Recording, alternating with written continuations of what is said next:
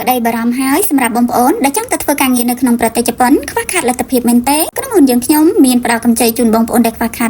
100% ក្រុមហ៊ុនយើងខ្ញុំត្រូវការជ្រើសរើសសិក្ខាកាមទាំងពីរភេទជាបន្ទាន់ដើម្បីចូលរួមសម្ភារការងារជាមួយនឹងថៅកែជប៉ុននៅសប្តាហ៍ក្រោយនេះសម្រាប់បងប្អូនដែលមកចុះឈ្មោះចាប់ពីថ្ងៃនេះតទៅក្រុមហ៊ុនយើងមានផ្ដល់ជូនដូចជាកន្លែងស្នាក់នៅទឹកភ្លើងហ្វ្រីអាហារមួយថ្ងៃ2ពេលផងដែរពិនិត្យសុខភាពជូនបងប្អូនហ្វ្រីសម្ភារៈសិក្សាហ្វ្រីឯកសណ្ឋានសិក្សាហ្វ្រីថតប៉ាសពតហ្វ្រីសម្រាប់ការងារមានជាច្រើនផ្នែករួមមានដូចជាទី1ផ្នែកសំណង់ទូទៅទី2ផ្នែកឧស្សាហកម្មនៅក្នុងរោងចក្រនិងវិខ្ចប់ចំណីអាហារទី3ផ្នែកកាត់ដេរសម្លៀកបំពាក់ទី4ផ្នែករៀបចំសណ្ឋាគារនិងសម្អាតអគារផងដែរទី5ផ្នែកកសិកម្មដាំដុះនិងចិញ្ចឹមសត្វ6ផ្នែកថែទាំមនុស្សចាស់ជរាបញ្ជាក់សម្រាប់បងប្អូនដែលជំពាក់លុយធនាគារឬក៏ខូច CBC ក៏អាចទៅធ្វើការងារនៅក្នុងប្រទេសជប៉ុនបានផងដែរក្រុមហ៊ុនយើងខ្ញុំក៏មានធនាគារជាដៃគូសហការក្រសួងការងារដើម្បីផ្ដល់កម្ចីជូនបងប្អូនដែលខ្វះខាតលទ្ធភាព 100% សម្រាប់ព័ត៌មានបន្ថែមបងប្អូនអាចឆាតទំនាក់ទំនងបានតាមរយៈលេខទូរស័ព្ទខាងក្រោមឬក៏អាចឆាតចូលក្នុង account page បាន